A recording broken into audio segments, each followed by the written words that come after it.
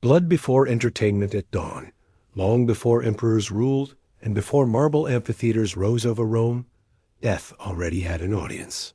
The first arena was not a monument, but a funeral ground. In 264 BC, when a Roman noble died, his sons did not honor him with prayers or quiet mourning. Instead, they armed enslaved men and forced them to fight to the death beside his grave.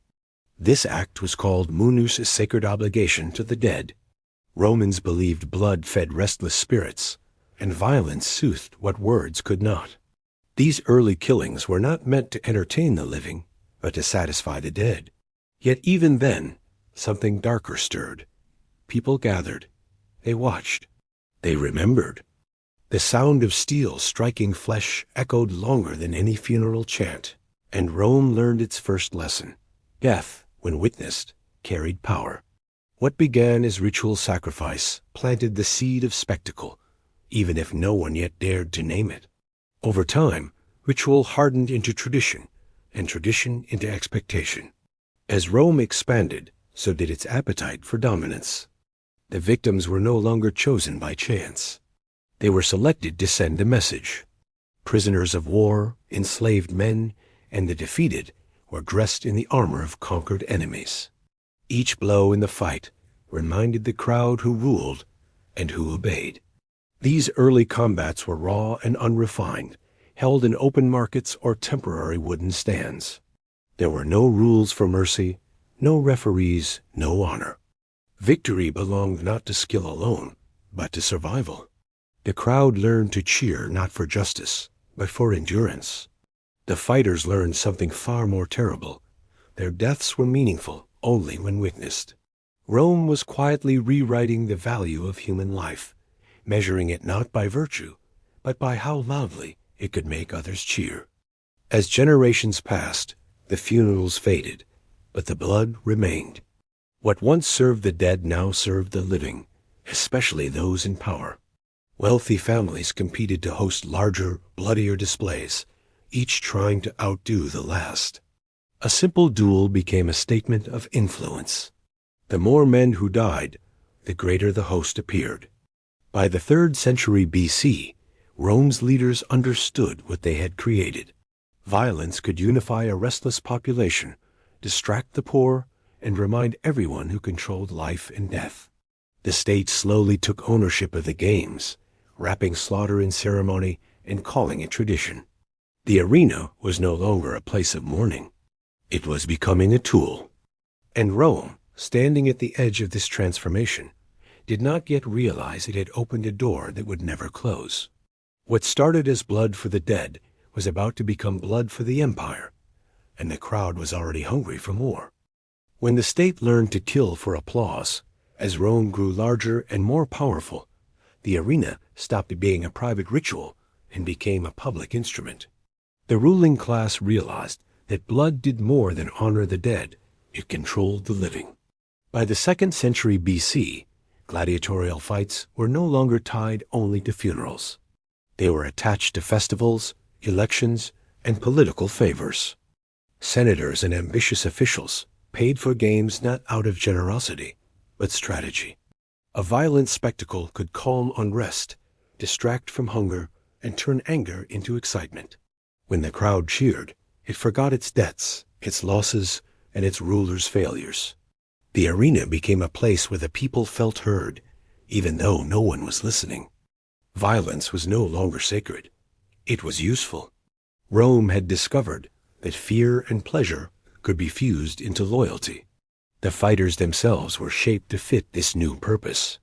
Gladiators were trained not just to kill, but to perform. Their movements were exaggerated, their weapons symbolic, their deaths carefully timed. Each type of gladiator represented an enemy Rome had conquered: the Gaul, the Thracian, the Samnite. Watching them fall was like watching history replayed in blood. The message was subtle but relentless. Rome always wins. Even when a gladiator survived, his life was not his own. He lived only to return to the sand again, until the crowd decided his story had ended. Mercy, when granted, was not compassion, it was theater. A ruler who spared a fighter looked generous, even as he condemned hundreds more unseen. As the games grew, so did the structures that housed them. Temporary wooden stands collapsed under the weight of massive crowds, killing spectators as easily as fighters. Rome responded not by limiting the games, but by building bigger, stronger arenas. Stone replaced wood. Permanent amphitheaters rose across the empire, symbols of stability built on suffering. These were not random constructions. They were carefully placed at the heart of cities, reminding everyone that power was always watching. To enter the arena was to step into a space where the state controlled time, violence, and emotion. The crowd arrived as individuals. It left as a single voice. Religion was used to justify everything. The games were framed as offerings to the gods, sacred acts performed for Jupiter, Mars, and the spirits of Rome itself. Killing became holy when done in public and approved by authority. Questioning the games was not just unpopular, it was dangerous. To reject the arena was to reject Rome. Philosophers who spoke against the bloodshed were mocked or ignored. The crowd had learned to equate brutality with belonging. And so the state tightened its grip, feeding the people death while calling it tradition. What had once been a choice was now an expectation. Rome no longer asked whether it should kill for applause. It only asked how much blood would be enough. Beasts, empire, and the illusion of total control. When Rome turned its attention from men to animals, the arena reached a new level of cruelty. These were not hunts meant for survival or skill. They were called venations, staged slaughters designed to prove that nothing in the world was beyond Roman reach. From the deserts of Africa and the forests of the East, exotic creatures were trapped, chained, and dragged toward the capital. Lions, leopards, bears, elephants, and creatures most Romans had never seen alive were shipped across seas and deserts, only to die within minutes of arrival. The journey itself was a sentence of suffering. Many animals died before reaching Rome, collapsing from heat, hunger, or stress. Those that survived were kept in darkness, starved and beaten, so they would emerge confused, weak, and aggressive. By the time they entered the arena, they were no longer symbols of nature's power, but shadows of it. Rome did not want a fair fight. It wanted certainty. Certainty that the beast would fall, and certainty that the crowd would cheer. In the arena, animals were not treated as living beings, but as props in a political performance. Hunters faced them in carefully arranged scenes, sometimes armed, sometimes protected by barriers or elevated platforms. Other times, the animals were unleashed on unarmed prisoners who had no chance to escape. The spectacle was not danger, but domination. Every killing sent the same message. The empire could capture the wild, transport it across the world, and destroy it for pleasure. Nature itself bowed before Rome. The crowd learned to associate power with control over life in its most raw form. The more exotic the animal, the greater the applause. A creature no one could name was more valuable dead than alive. Wonder was replaced by blood, and curiosity ended in extinction. Behind the cheers, a quieter devastation unfolded. Ancient writers noted that animals once common in certain regions began to disappear. Forests emptied. Plains fell silent. Rome's hunger for spectacle stripped entire ecosystems to feed a few hours of entertainment. But these consequences were invisible to the crowd, packed into stone seats. All they saw was the moment of death, framed by trumpets and ritual. The arena trained people to see destruction as proof of greatness. If an elephant could be broken, then so could any enemy. If a lion could be starved and slaughtered, then rebellion itself was meaningless. The beasts died not just to amuse, but to educate. They taught the crowd that resistance was futile and mercy unnecessary. By turning the natural world into a disposable enemy, Rome crossed another line. The arena was no longer just a place where men killed men. It became a stage where the empire rehearsed absolute control over everything that breathed. And as the sand absorbed the blood of animals dragged from the ends of the earth, Rome convinced itself that power without limits was not only possible but deserved. The illusion was complete, and the cost still rising. Death disguised as theater. When simple killing no longer satisfied the crowd, Rome learned to dress death in costume and story. The arena became a stage, and execution became performance. Criminals and prisoners were no longer dispatched quickly or quietly. Instead, they were forced to play roles in carefully scripted scenes, often drawn from popular myths. A man might be dressed as a legendary hero, only to be torn apart at the moment the story demanded his death. Another might be chained as a traitor from ancient legend and burned alive under the open sky. These were called fatal charades, and they were designed to blur the line between justice and entertainment. The audience knew these deaths were real, and that was the point. The pleasure came not from illusion, but from watching a story end in actual blood. Rome had turned storytelling itself into a weapon. The victims chosen for these performances were carefully selected. They were criminals, rebels, prisoners of war, or anyone the state labeled as beyond redemption. By framing their deaths as myth, Rome stripped them of identity. They were no longer people. They were symbols meant to be erased. The crowd was invited to enjoy the spectacle without guilt. After all, this was culture. This was tradition. This was history being honored. The screams were masked by music, the suffering softened by ceremony. Death was no longer something to fear. It was something to applaud at the right moment, when the scene reached its climax.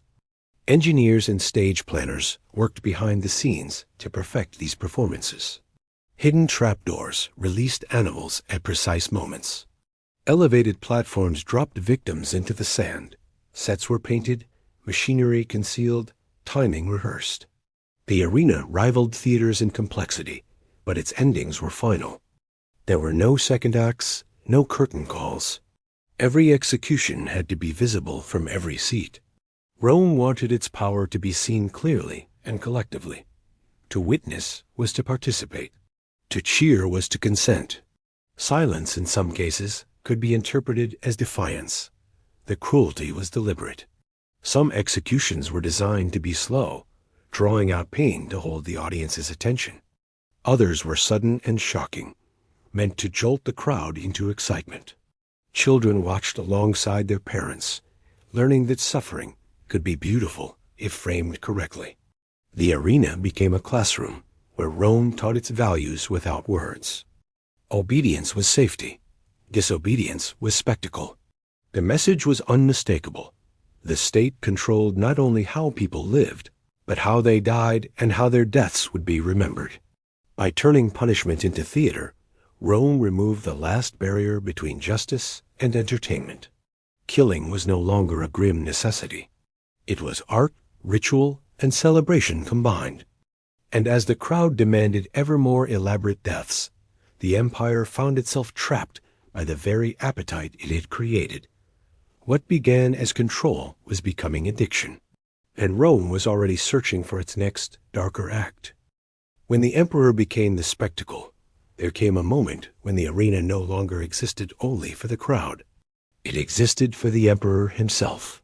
Power in Rome had always been displayed through games, but now it demanded a living center.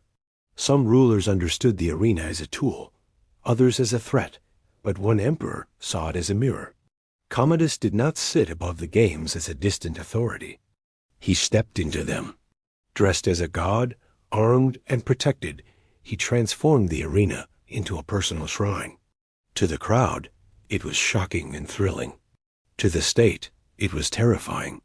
The line between ruler and performer had vanished, and Rome's highest power now demanded applause not for policy, but for bloodshed carried out by his own hand. These performances were carefully controlled. Commodus never faced real danger. Animals were wounded, chained, or starved before he entered. Opponents were selected to ensure victory. Yet the illusion mattered more than the truth. Each kill reinforced the idea that the emperor was more than human. When he struck down a beast, It was presented as divine triumph. When he demanded cheers, they were given, not out of admiration, but fear. In Rome, silence in the arena could be interpreted as treason. Applause became survival. The crowd learned quickly that participation was no longer optional. Under such rule, the arena grew darker. Executions became more frequent, more theatrical, and more cruel. The emperor's presence turned death into a loyalty test. Criminals were no longer punished simply to enforce law, but to feed imperial ego. Some victims were forced to fight handicapped, injured, or unarmed, purely for humiliation. Others were dressed in ridiculous costumes to make their suffering entertaining. The arena was no longer pretending to serve justice or tradition. It served one man's hunger for validation. Rome had allowed spectacle to consume authority itself. Even the economy bent to this obsession. Massive sums were spent on games, while soldiers went unpaid and borders weakened. Grain meant for the poor-funded slaughter instead. The people noticed, but they kept cheering. The arena trained them to accept decline as long as the show continued. Rome's enemies watched closely. An empire that celebrated cruelty so openly revealed something else as well: insecurity. The louder the cheers grew, the more fragile power became behind them. By turning himself into the center of the spectacle, the emperor exposed the final truth of the arena. It was never about honor, justice, or even entertainment. It was about control through fear and fascination. When the ruler demanded worship through blood, the empire applauded its own decay. And in that moment, Rome crossed a threshold it could never retreat from. The arena no longer reflected power. It replaced it. And once power becomes performance, collapse is only a matter of time. When even Rome went too far, in the final years of the arena's dominance, something changed in the air of Rome. The cheers were still loud, the blood still fresh, but the meaning had begun to rot. What once shocked now bored. What once unified now numbed. The games grew more extreme, not because Rome was strong, but because it was desperate to feel powerful again. Executions became longer, cruelties more inventive, victims more helpless. The arena no longer punished crime or honored tradition. It chased sensation. Death had to be louder, stranger, and more humiliating to satisfy a crowd trained to expect excess. Rome had crossed a line where suffering itself was no longer enough. It had to be consumed without thought. Writers and thinkers of the age began to record their unease. Some described crowds leaving the arena restless and agitated rather than satisfied, creating more violence than before. The games were no longer releasing tension. They were creating it. People learned to enjoy pain without purpose. Children who grew up watching executions laughed at suffering that once horrified their ancestors.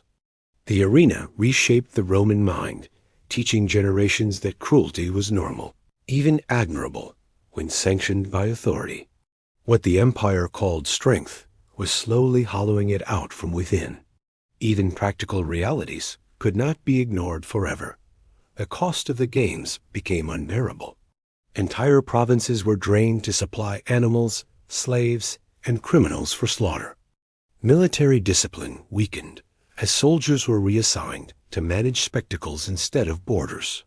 While the crowd stared at the sand, threats gathered beyond it. The arena had trained Rome to look inward, to celebrate domination rather than defend it. Power was being spent on performance instead of preservation. The empire was applauding while its foundations cracked. Eventually, the tide turned. New beliefs spread that questioned the morality of public killing. Executions still happened, but fewer voices cheered. The arena did not disappear overnight. It faded, resisted, lingered like a shadow of an older, crueler world. When the last spectacles ended, Rome did not collapse immediately, but something essential had already been lost. The empire had spent centuries teaching itself that human life was cheap when offered to a crowd. Undoing that lesson proved far harder than building any amphitheater. The legacy of the Roman arena is not only found in ruins or ancient texts. It survives as a warning. Rome showed how easily ritual becomes entertainment, how entertainment becomes addiction, and how addiction demands ever greater cruelty.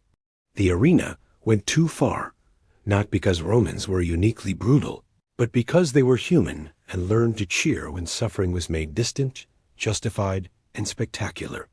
In the end, Rome did not fall because it loved violence. It fell because it learned to enjoy it.